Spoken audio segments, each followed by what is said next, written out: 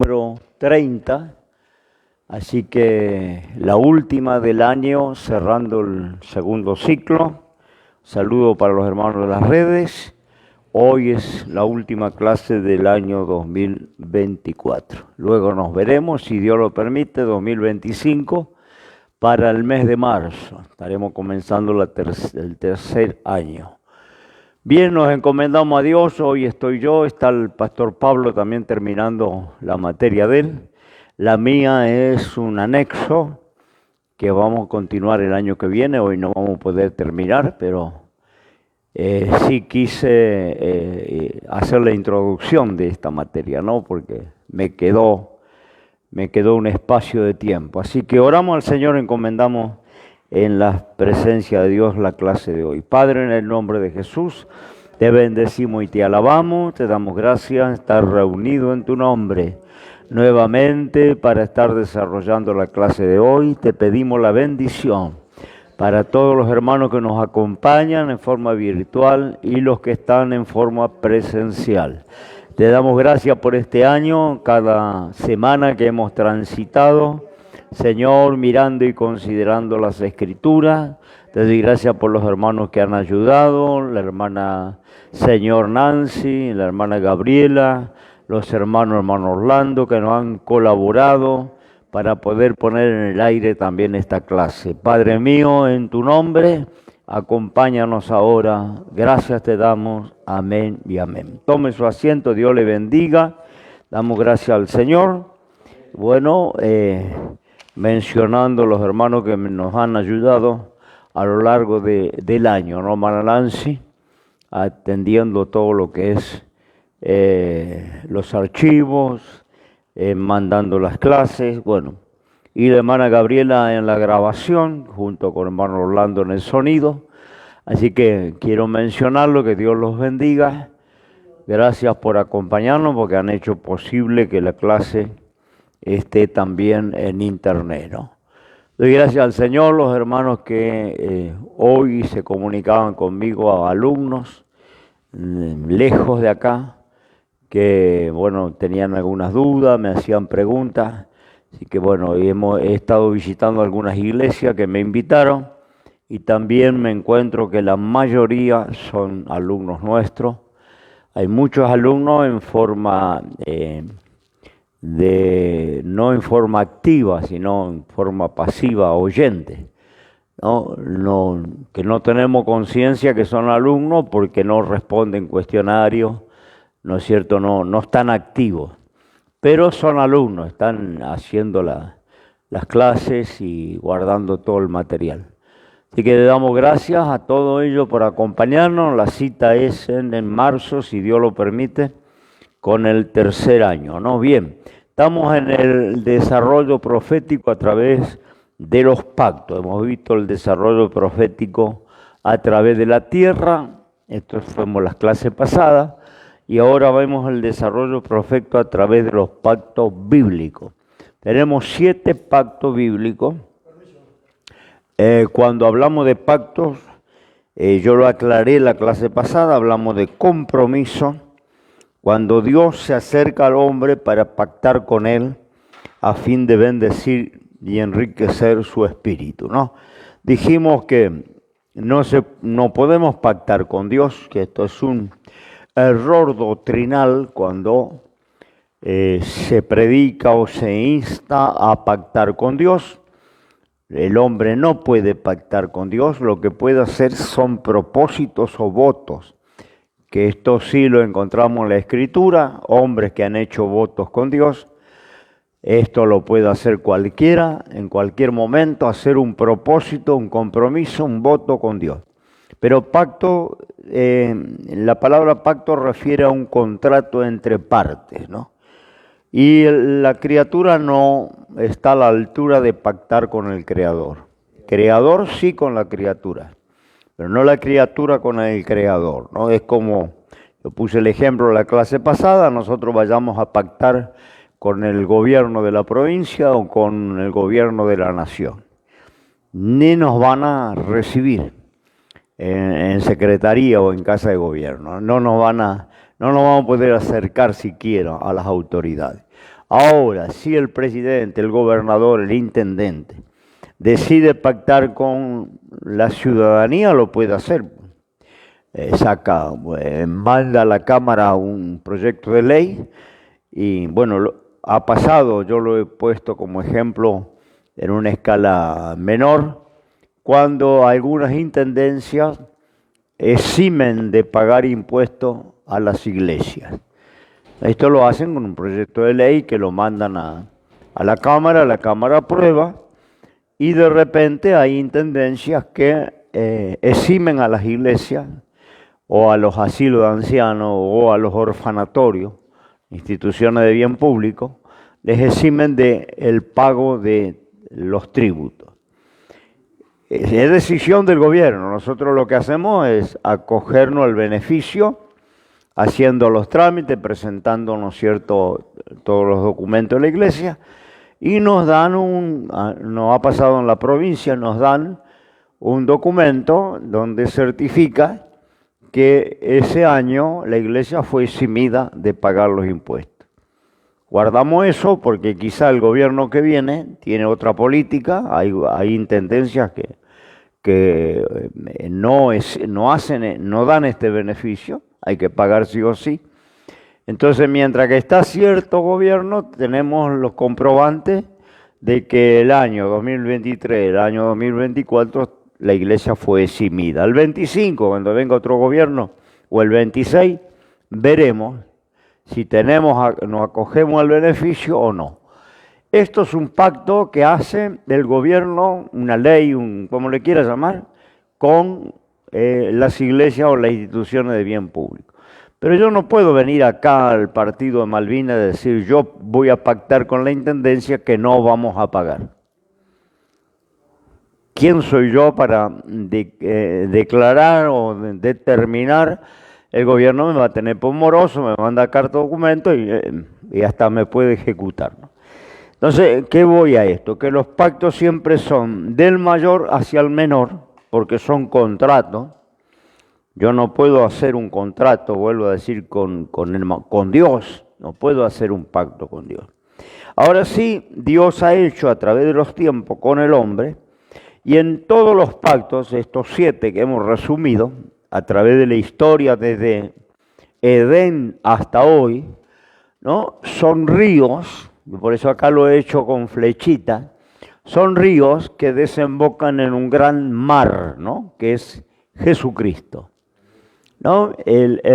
Sabemos que todos los ríos, ¿no es cierto?, para mantener el caudal tienen su desembocadura en los océanos o en los mares, ¿no? Porque el agua de la lluvia, el agua de las crecientes, el agua de los deshielos, tiene que, por naturaleza, fluir hacia algún lugar, ¿no? Porque si no desbordarían e inundarían todas las ciudades costeras. Entonces todo río tiene la salida en los mares o los océanos.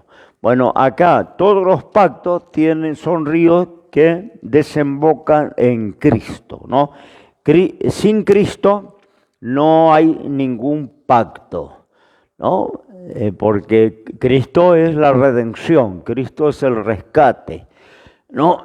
Entonces, si quitamos a Cristo de la historia, no hay ningún tipo de pacto. La redención prometida en el Edén habla de Cristo, ¿no? Ya sabemos cuando Dios maldice a la serpiente, ahí ya viene la profecía de un redentor, porque dice, ¿no?, la simiente de la mujer, la simiente de Eva, te aplastará la cabeza, mas tú le herirás en el calcañar, en el talón.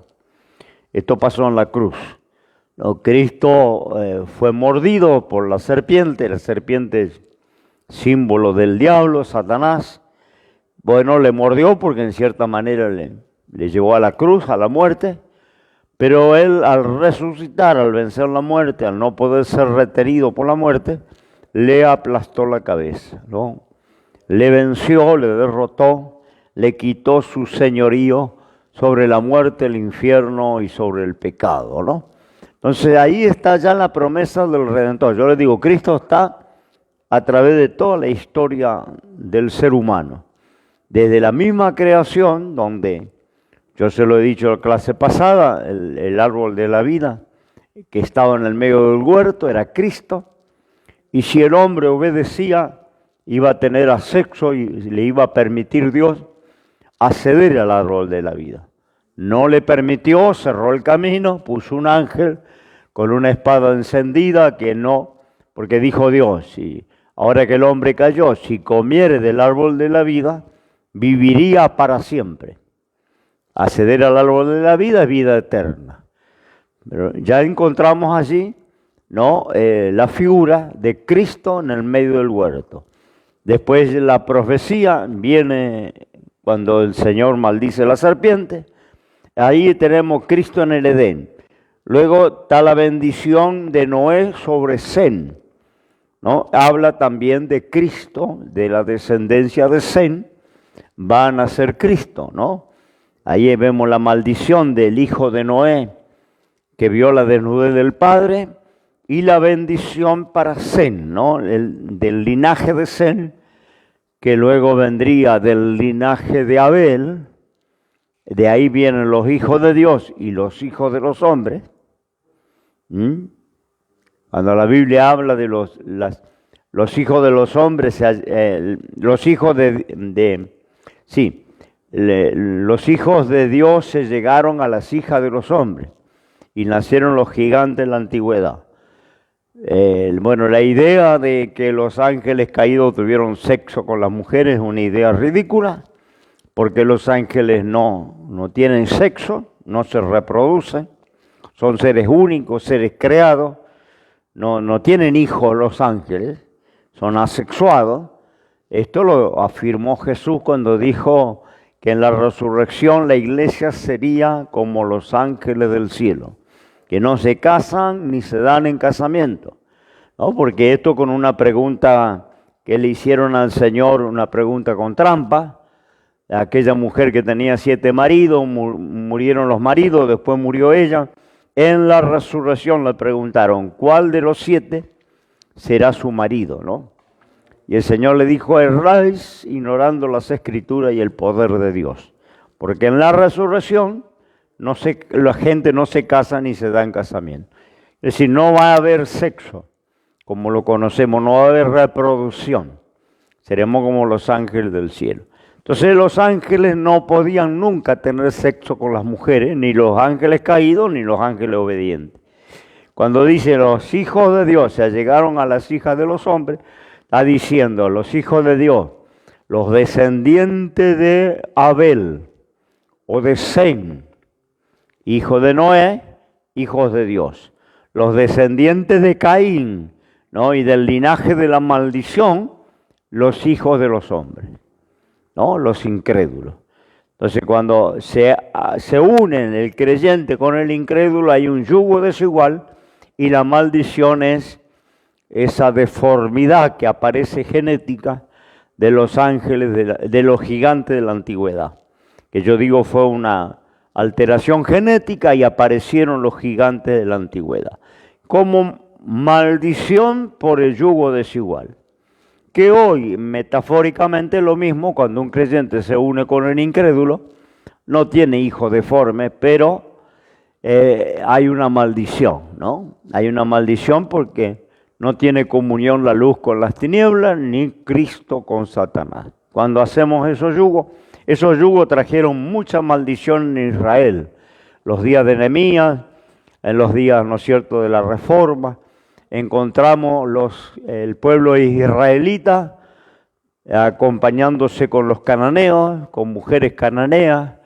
Los hijos que le nacieron ya no hablaban el judaico, ya no tenían la fe de Dios, ya entró la idolatría. Es decir, que entra la maldición cuando los hijos de Dios se allegan a los mundanos, decimos, a los incrédulos, ¿no?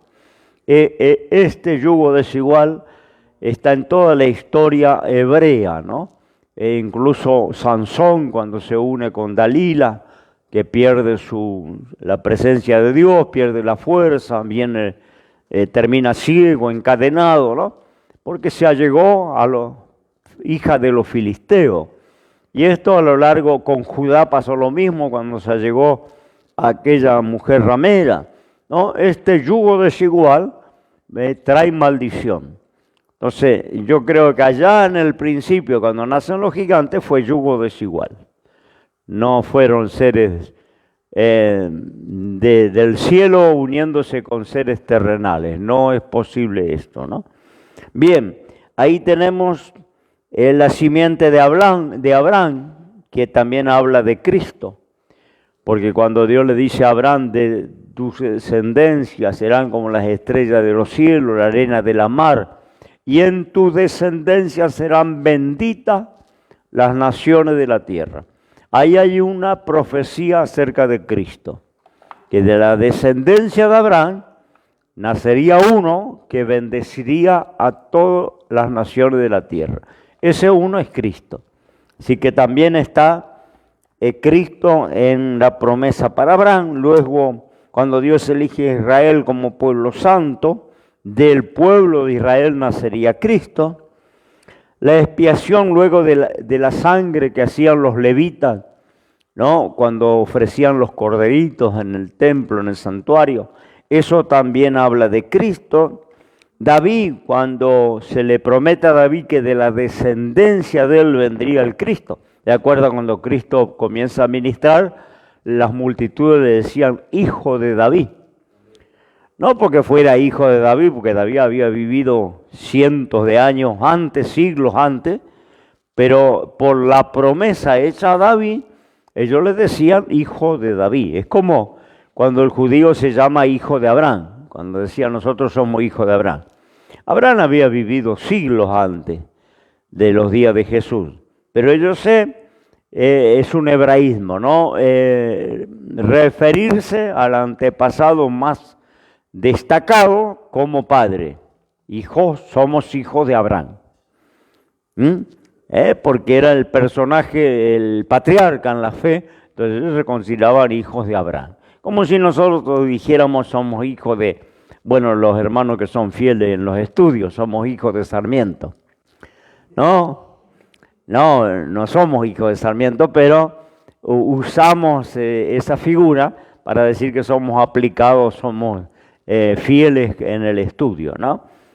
Nada que ver. Bien, los pactos bíblicos nos enseñan que todo se concentra en Cristo. Vamos al pacto edénico, ¿no? El pacto edénico es el primero. Es un pacto entre Dios y Adán. Esas son las dos personas que hacen el pacto, Dios y Adán. Esto es 4000 años antes de Cristo. Sucede allá en el principio, en el Génesis. La promesa solemne está en Génesis 3:15. Génesis 3:15 está la promesa de ese pacto, o la esencia de ese pacto. 3:15, que dijo Dios: enemistad pondré entre ti y la mujer, entre tu simiente y la simiente suya. Este te herirá en la cabeza y tú le herirás en el calcañar. ¿Qué se refiere este versículo? Redención. Dios allí, cuando se produce la caída, promete redención. Está la profecía de redimir al ser humano y a la descendencia del ser humano. Esa era la esencia del pacto. La demanda divina de ese pacto, había una demanda. Vuelvo a decir, un contrato. Cuando se hace un contrato entre partes, las partes se obligan, ¿no?, a ciertas cláusulas. Yo hago muchos contratos de alquileres por causa de la obra, ¿no? Y a veces para algunos hermanos que me piden que les redacto el contrato de alquiler. Y el contrato de alquiler se sujeta a ciertas cláusulas. Hay cláusulas que obligan al locador y hay cláusulas que obligan al locatario. Entonces se firman, ¿no? Se lee, se acepta y se firma, ¿no? Y cada uno guarda una copia de ese contrato. Bueno, esto es la esencia de un pacto entre partes, en donde cada uno se obliga, en este caso Dios se obliga a redimir a la raza humana, cuando hace el pacto con Adán, y a Adán se obliga o la demanda para Adán, no comerás del árbol de la ciencia del bien y del mal. Esa era la demanda, es decir, había obligaciones en las partes, de parte del Creador, pero también de parte de la criatura, ¿no? El lugar donde se hace este pacto, en el huerto del Edén. El legado del pacto, la redención, ¿no? Dios pacta con Adán y establece una demanda. En el huerto hay dos árboles. Uno es el árbol de la ciencia del bien y del mal. De este no quiero que comas, pues el día que de él comieres, experimentarás la muerte. El otro es el árbol de la vida.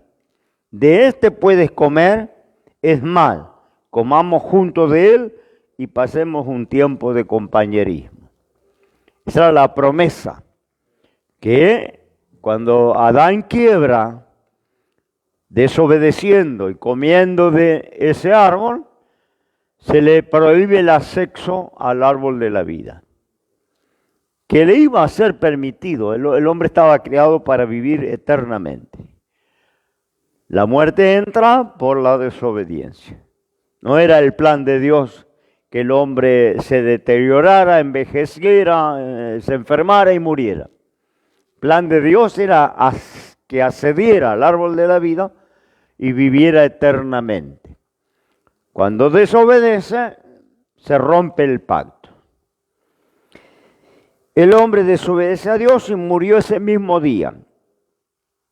Con respecto al día, dice Dios, un día para él es como 1000 años como un día. Segunda de Pedro 3:8. El hombre muerto dentro de ese día y nadie ha vivido más traspasando sus linderos. Fíjese que para Dios un día es como 1000 años como un día. No hay hombre que haya vivido más de un día, metafóricamente hablando. Tal que el hombre más viejo, Matusalén, vivió 969 años. No alcanzó a vivir más de un día. Y a partir de ahí, ningún hombre ha vivido más de un día. El hombre murió el día que desobedeció a Dios. Ese mismo día murió. Para Dios casi vivió un día. El más longevo, Matusalén. Para Dios casi vivió un día. Por eso cuando dice que Dios trabajó 6 días, el séptimo reposó de toda su obra, es también una profecía del tiempo de este planeta y del ser humano. 6 días de trabajo de Dios, el séptimo es el milenio, el reposo de Dios, donde el escritor de los Hebreos dice que hay un reposo para el pueblo, que procuremos entrar en ese reposo, que no seamos rebeldes y perdamos ese reposo. Ese reposo es el milenio. Entonces tenemos que procurar entrar en ese reposo, en el milenio, en el séptimo día de Dios. Bueno, hay que sacar cuenta nada más cuánto va transcurriendo de los 6 días que Dios trabaja, para que sepamos cuándo entramos en el séptimo día, el milenio de Cristo, ¿no? Bien, seguimos adelante. Pacto noénico. Segundo, el pacto noénico. Este pacto es Dios y Noé. Y como fue Dios y Adán, ahora es Dios y Noé, después del juicio, cuando las aguas se retiran. Esto fue alrededor de 3000 años antes de Cristo. La promesa, Génesis 9:11. La promesa del pacto. Estableceré mi pacto con vosotros y no fenecerá jamás toda carne con agua de diluvio, ni habrá diluvio para destruir la tierra. Y dijo Dios, esta será la señal del pacto que yo establezco entre mí y vosotros y toda alma viviente, que está con vosotros por los siglos perpetuos. Mi arco pondré en las nubes, cual será por señal de convenio entre mí y la tierra. Nunca más la tierra perecerá por agua. Dios hizo un pacto con Noé y mandó sellar ese pacto. Como todo contrato, no tiene validez si no está autenticado en una escribanía, ¿no? No le ponen los sellos, ¿no? Porque no podemos hacer un papel ahí en el comedor de casa y después ir a reclamar, ¿no?, los derechos cuando no se cumple. Para que un contrato tenga legalidad, tiene que ser sellado, ¿no? Y Dios selló ese pacto poniendo su arco en las nubes. Cada vez que el arco iris aparece, nos recuerda el pacto que Dios hizo con Noé. Dice, será perpetuo, ¿no? Jamás perecerá la tierra por diluvio. Puede haber inundaciones, como hay ahora en España, ciudades enteras, pero nunca un diluvio universal. La demanda divina, Génesis 9, del 1 al 7. La demanda divina era, multiplíquense y autogobiérnense justamente. Verso 7. Mas vosotros fructificad, multiplicaos, procread abundantemente en la tierra y multiplicaos en ella. Esa era la demanda, como había la demanda con Noé, no comas de este árbol. La demanda con Noé era que se autogobernara justamente el ser humano. El lugar del pacto, la Mesopotamia. El legado, preservar la raza humana, que la raza humana continuara, ¿no? A través de esas 8 personas que sobrevivieron al juicio del diluvio.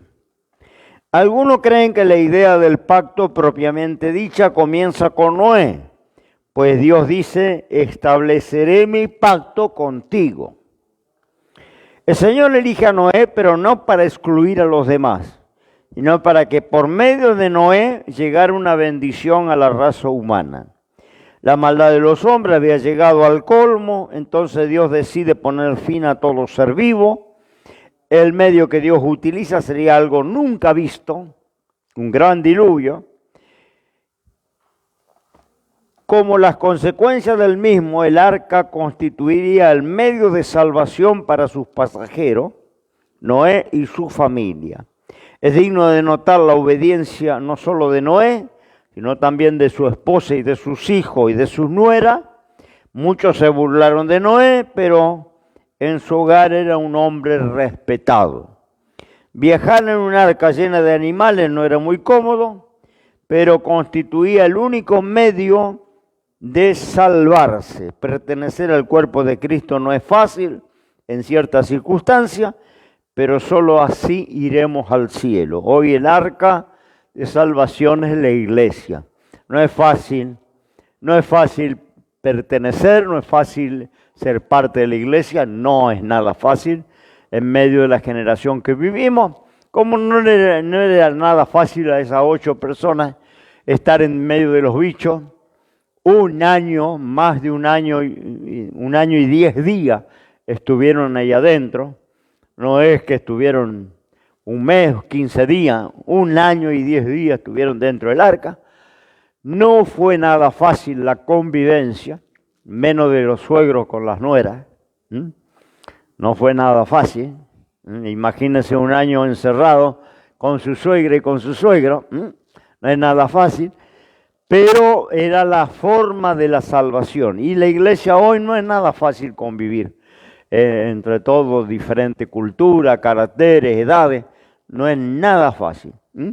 Por eso los pastores se quedan viejos, les da infarto o ACV, porque no es sencillo. Pero es la manera de Dios de ser salvo e ir al cielo. La señal del arcoíris que había de verse allí en adelante simboliza tal vez que la bendición no era solo para Noé y los suyos, sino también para nosotros, para todo el mundo, porque el arco iris se puede ver en todo el planeta, ¿no? Es la señal del pacto de Dios con Noé. Llegamos al pacto abrahámico, personas que pactan, acá es Dios y Abraham. La fecha aproximada, 1920 años antes de Cristo. Podemos decir casi 2000 años antes de Cristo. La promesa solemne, Génesis 17:2. Todo pacto tiene cláusulas que obliga a las partes. Bueno, de parte de Dios, este era el compromiso. 17:2. Pondré mi pacto entre mí y ti. Multiplicaré mucho en gran manera. Esa era la parte, la obligación de Dios.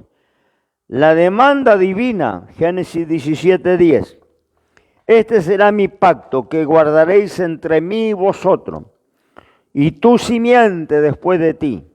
Será circuncidado todo varón entre vosotros.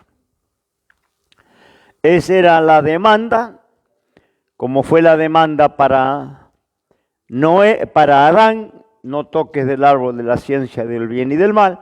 La demanda para Noé, no, debes cogobernar la tierra, multiplicarte, llenar, fructificar. Esa era la demanda para Noé, que de 8 personas llenaron el mundo. Vaya que sí cumplieron, ¿no? Hoy son 8.000 millones de habitantes y todos los que han pasado, todos salieron de Noé y su familia, ¿no? Y ahora la demanda para, en el pacto con Abraham, todo varón debe ser circuncidado, ¿no? Sabemos que esto trajo mucho conflicto en el principio de la iglesia. Algunos cristianos decían que no se podía ser salvo si no se circuncidaba, ¿no? Porque seguro se agarraron de este compromiso, esta cláusula que tenía el pacto con Abraham, que había que todo varón circuncidarlo. Entonces ahí vino el conflicto cuando aparece la iglesia, que muchos enseñaban que sí, había que creer en Cristo, aceptar a Cristo, hacerse parte de la iglesia, pero también circuncidarse. Esto trajo un conflicto que se llevó a la iglesia en Jerusalén. Se reunieron los apóstoles, los ancianos, ayunaron, oraron y determinaron que no era necesario la circuncisión. ¿Por qué?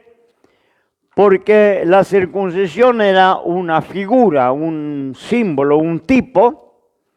La circuncisión del miembro masculino, ¿no? Que era también un sello del pacto con Abraham, ¿no? Dijimos que los documentos no tienen valor si no están sellados por una escribanía, ¿no? Bueno, el sello del pacto con Noé es el arco en las nubes.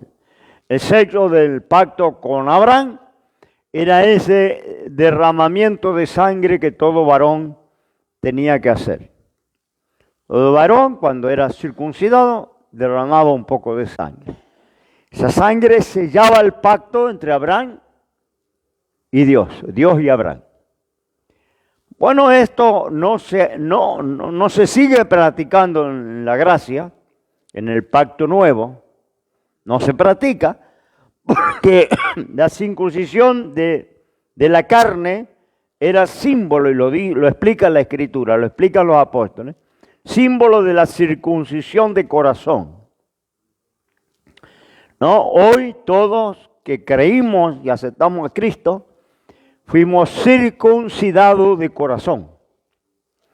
¿Qué quiere decir? No, el miembro masculino del niño nace cubierto por el prepucio, la piel. La circuncisión que hace corta esa piel y descubre, ¿no? El miembro varonil. Esa era la circuncisión judía que hasta ahora se practica. Entonces eso simbolizaba, había un derramamiento de sangre, que siempre la sangre sella, ¿no? El pacto. Sin derramamiento de sangre no hay remisión de pecado, ¿no? Por eso los matrimonios, cuando son cristianos y se guardan, ¿no? Hasta la boda, también la primera relación íntima se sella con un pequeño derramamiento de sangre. Si la niña es virgen y si el niño es virgen, cuando van a tener la primera relación íntima, también hay un sello, ¿no? De esa relación marital, que es el pequeño derramamiento de sangre cuando pierde la virginidad. Bueno, en nuestro corazón sin Cristo, incrédulo, está cerrado. Por eso dice el profeta, quitaré el corazón de piedra y os daré un corazón de carne y pondré un espíritu nuevo dentro. Es decir, que el corazón cerrado del incrédulo, cuando venimos a Cristo, se circuncida, se abre, como el miembro varonil, ¿no? Se abre. Entonces, no hace falta la circuncisión de la carne, porque esa circuncisión de la carne es como el reposo, el sabbat, que muchas veces he hablado, o como la Pascua. ¿Por qué no matamos un corderito en la Pascua? ¿Por qué no celebramos la Pascua? ¿Por qué no guardamos el séptimo día como hacen los adventistas? Porque aquello era figura de Cristo y al estar en Cristo, como dice Hebreo, entramos en el reposo de Dios. El que creyó entró en el sábado. El que creyó en Dios, el que se convirtió, entró en el sábado. Entonces, como yo suelo decir, yo estoy en sábado todos los 365 días del año. Pascua, ¿por qué no matamos el corderito? Porque no tiene nada que ver los huevos de chocolate, ¿no? Pero la Pascua verdadera, la Pascua hebrea, era el corderito. ¿Por qué no matamos el corderito? Porque el que está en Cristo, lo dice la palabra, está en Pascua. Nuestra Pascua ya fue sacrificada por nosotros. Entonces no tiene sentido seguir matando un corderito, ni tiene sentido guardar un día del almanaque. De la misma manera no tiene sentido la circuncisión de la carne, porque la circuncisión de la carne era sombra de la circuncisión de corazón. Cuando nos convertimos, nuestro corazón fue circuncidado, fue abierto a la fe, ¿no? Al Señor. El corazón de piedra fue cambiado por un corazón de carne. Entonces, por eso los apóstoles, cuando se salió este conflicto de que había que creer, pero también circuncidarse, había que creer, pero también guardar el sábado, había que creer, pero también celebrar la Pascua, se juntaron, oraron, ayunaron, y la resolución no fue solo decisión apostólica. Porque si usted lee bien los textos de ese conflicto que Pablo trae a Jerusalén con otros apóstoles para que el ministerio central resuelva, cuando él lo resuelve, ellos dicen así: nos ha parecido bien al Espíritu Santo y a nosotros que abstengáis de animal ahogado, sacrificado a los ídolos, de sangre y de fornicación. 4 puntos. Y si estas cosas hiciere, bien hacéis.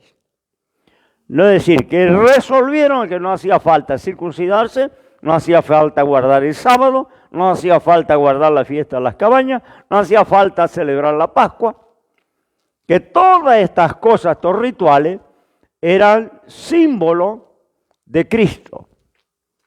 Al estar en Cristo, ¿no? Ese sábado que los adventistas dicen es el 4º mandamiento, está en los mandamientos, es estatuto perpetuo. Claro, la Pascua también era estatuto perpetuo, el sábado también era estatuto perpetuo. No, la Biblia dice: guardaréis esto por estatuto perpetuo por vuestra generación. La Pascua la celebraréis perpetuamente por vuestra generación.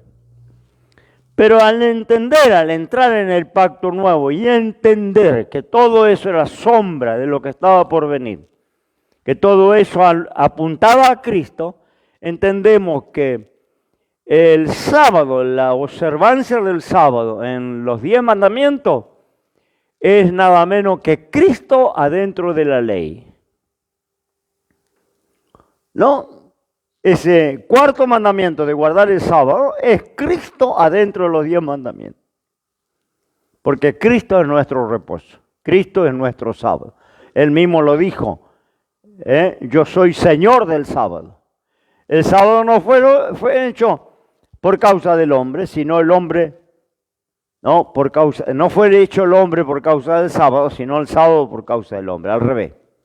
Es decir, que el descanso se hizo para que el hombre no se afanara tiempo completo de su vida, tuviera un reposo, un descanso, un momento de sosiego. Sábado se creó por causa del hombre, no el hombre por causa del sábado. Y Jesús dijo, sanaba en sábado y la gente se escandalizaba y hacía milagros en sábado. Y él dijo, yo soy Señor del sábado. Entonces Cristo, el Señor del sábado, está dentro de los 10 mandamientos. El que está en Cristo no necesita guardar esa ordenanza ni las otras. Bien, el lugar donde se pacta el pacto abránico en Canaán. El legado, bendición a todas las familias de la tierra. En tus descendencias serán benditas las naciones de la tierra.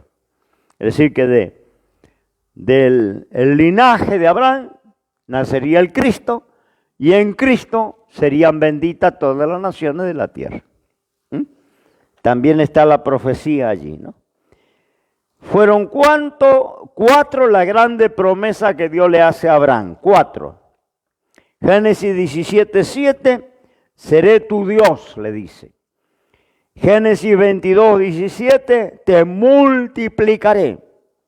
Génesis 13:14 y 15, te daré una tierra. Y la última, Génesis 22:17, te bendeciré. Seré tu Dios, te multiplicaré, te daré una tierra y te bendeciré.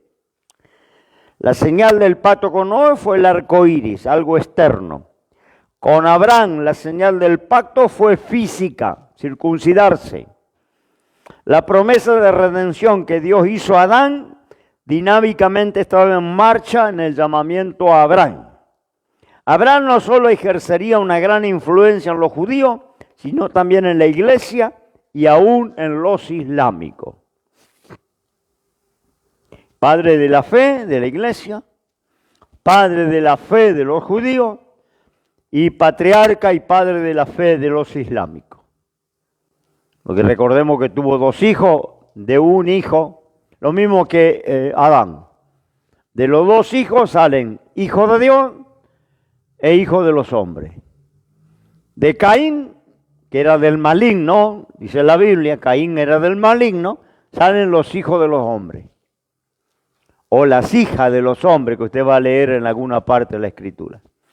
De Abel, que era el hombre de fe, salen los hijos de Dios. ¿No? Luego viene de los hijos de Noé, el hijo de la bendición, Sem, de donde salen los hijos de Dios, y el hijo de la maldición. El que es maldito cuando ve al padre desnudo adentro de la tienda. Ahora seguimos en la historia, ¿no? En el caso de Abraham, 2 hijos. El hijo de la promesa y el hijo de la carne. Del hijo Isaac de la promesa sale el pueblo israelita, el pueblo hebreo.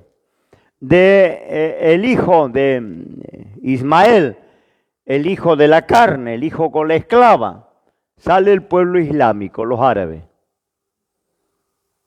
Hasta ahora, enemigos del pueblo de Dios, la mayoría adorando a Alá, al profeta Mahoma, teniendo sus mezquitas, teniendo su libro, el Corán. Nada que ver con el pueblo hebreo. La Biblia tiene a Abraham, padre en la fe, tiene o va a tener o anhela tener el templo, el santuario hebreo. Es decir, que sigue esas 2 ramas, ¿no? La rama de hijo de Dios e hijo de los hombres. Hablar de Abraham es hablar de la fe. La Biblia dice que los hijos no son los judíos solamente, sino los que tienen la fe de Abraham. Ahí ya vamos a una figura, una simbología, que no solamente son hijos de Abraham, los de la sangre, los de la genealogía, sino la gente de fe son hijos de Abraham también. El Israel de Dios no es solo el de la carne, sino el Israel de la fe. Entonces, hoy el Israel de Dios son toda la gente de fe. Todos los creyentes son el Israel de Dios. Todos los creyentes son hijos de Abraham, son hijos de la fe. No solamente los que llevan la sangre judía. Esto también lo aclara la Biblia, porque también era un honor ser judío y no ser judío era ser gentil, despreciado, descalificado. No, eso cambia también. Por eso tampoco se justifica la circuncisión, porque el judío o el que se hacía judío, primera cosa tenía que circuncidarse. No se puede ser judío sin circuncidarse. Ahora, la Biblia dice que no solo es judío el de la sangre, el de la genealogía, sino es judío el que es de la fe. Circuncidado de corazón y no de sangre, de carne. Entonces hoy nosotros somos el Israel de Dios, los hijos de Abraham. Todos los que creímos somos hijos de Abraham por la fe. Eso cambia, ¿no? Bien, llegamos al pacto israelí. Este es Dios e Israel. La fecha, 1500 años antes de Cristo. La promesa está en Éxodo 19:5. Vosotros seréis mi especial tesoro, le dice Dios.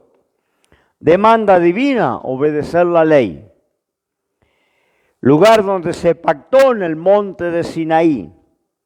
El legado, el Antiguo Testamento, ¿no? Éxodo 19:5.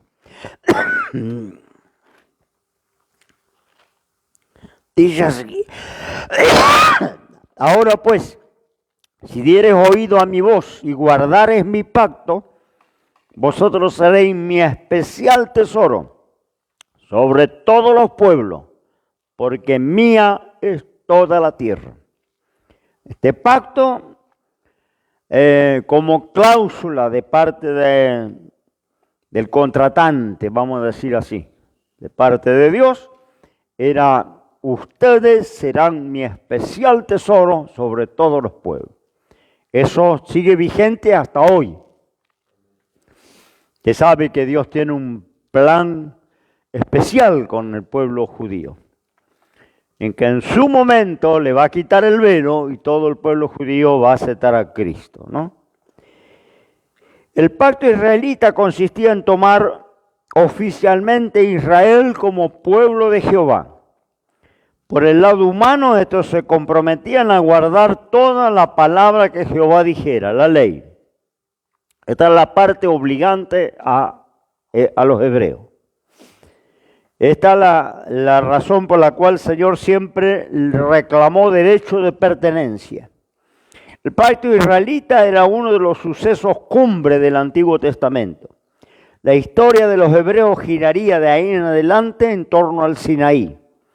En los tiempos de los profetas, cuando el pueblo se corrompía, los voceros de Dios recordaban a Israel que debían guardar el pacto, no solo en el sentido ético, sino también en las actitudes internas como la misericordia, el amor y la justicia, cosa que cuando viene Cristo encuentra que está ausente en los fariseos, en el pueblo sacerdotal.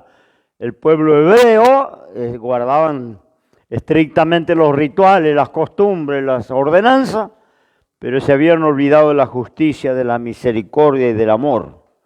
Como consecuencia del pacto, el Señor ya no sería conocido como el Dios de Abraham o el Dios de nuestro Padre. De aquí en adelante se le conocería como Jehová. En el pacto israelita, Dios se presenta como Jehová, el Dios de Israel. Esto nos enseña el amor que hay en Él y el deseo de relacionarse e identificarse plenamente con su pueblo, con sus hijos y con sus escogidos. Ahí se presenta como Jehová, no como el Dios de Abraham, no como Jehová, Dios de los israelitas. Tengo un minuto todavía, pero me voy a quedar por acá porque entra Pablo con la parte final de su materia. Nosotros nos quedamos para el año que viene.